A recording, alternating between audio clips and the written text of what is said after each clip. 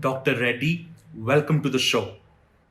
As we continue to grapple with the third wave, let us begin by asking, when will India witness a peak in the number of Omicron COVID 19 cases, and what will be the duration of this wave? I believe when the peak will occur, how high the peak will be, and how fast it will subside is dependent upon two factors. One is the transmissibility of the virus, which in the case of Omicron, we know to be very high. It spreads very fast. The second factor is how open are we ourselves to getting infected. If we wear masks, avoid crowded events, and move in well ventilated places, we will not permit the virus an opportunity to enter our bodies. And therefore, if we follow those, then we can delay the peak. We can sort of flatten the wave a bit and prolong the overall course of this particular wave, and thereby give our health system and social systems a greater opportunity to cope with it rather than let it surge skyward within a short space of 2 or 3 weeks. Therefore, if we are careless, we are likely to see the wave peaking by end of January. On the other hand, if we manage to slow down the transmission by getting as many people to wear masks for as long a period as possible outside of the home and in avoiding crowded events, which are super spreader events, then we can actually stretch out the epidemic and make the peak happen in February and have the pandemic wave subside by March, possibly. Experts in India say that the country has hybrid immunity, due to which Omicron will be less effective. Has this been the case so far?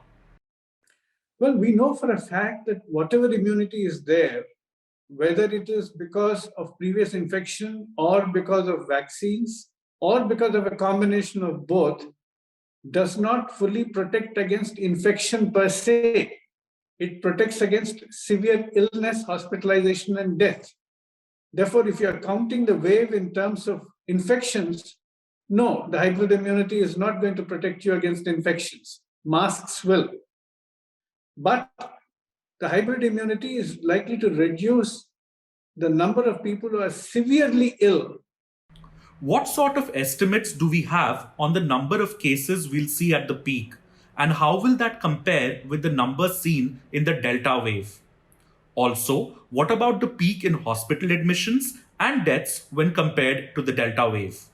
I believe that as far as the infections are concerned, if you're counting the number of people who are diagnosed to have COVID by way of testing or by way of clear-cut symptoms, then you are going to see much larger numbers than during the Delta wave, because Omicron is highly transmissible and it will infect a large number of people irrespective of whether they were vaccinated. But if we are counting it in terms of the number of people requiring severe illness-related hospitalization and intensive care, then I believe the numbers will be lower.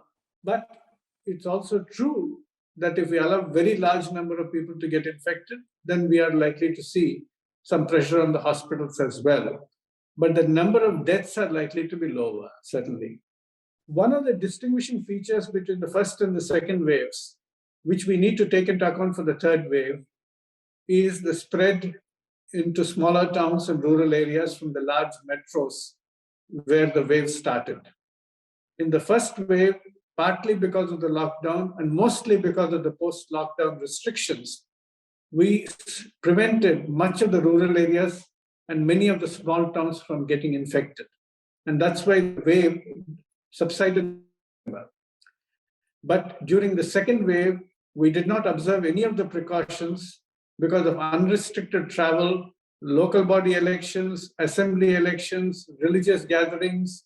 This time too, we should ensure that we slow down the transmission from the large urban centers to the smaller towns and villages so that the peak cannot really happen as a huge uncontrolled surge, but can be spread out over several weeks. Clearly, the actions of the authorities, along with the behavior of the public at large, over the coming 2 weeks will determine the trajectory of the third wave.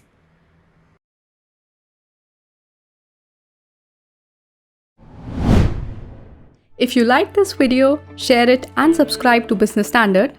For more news, views and insights, log on to www.business-standard.com. Do also follow us on YouTube, Twitter, Facebook, Instagram, Telegram and LinkedIn.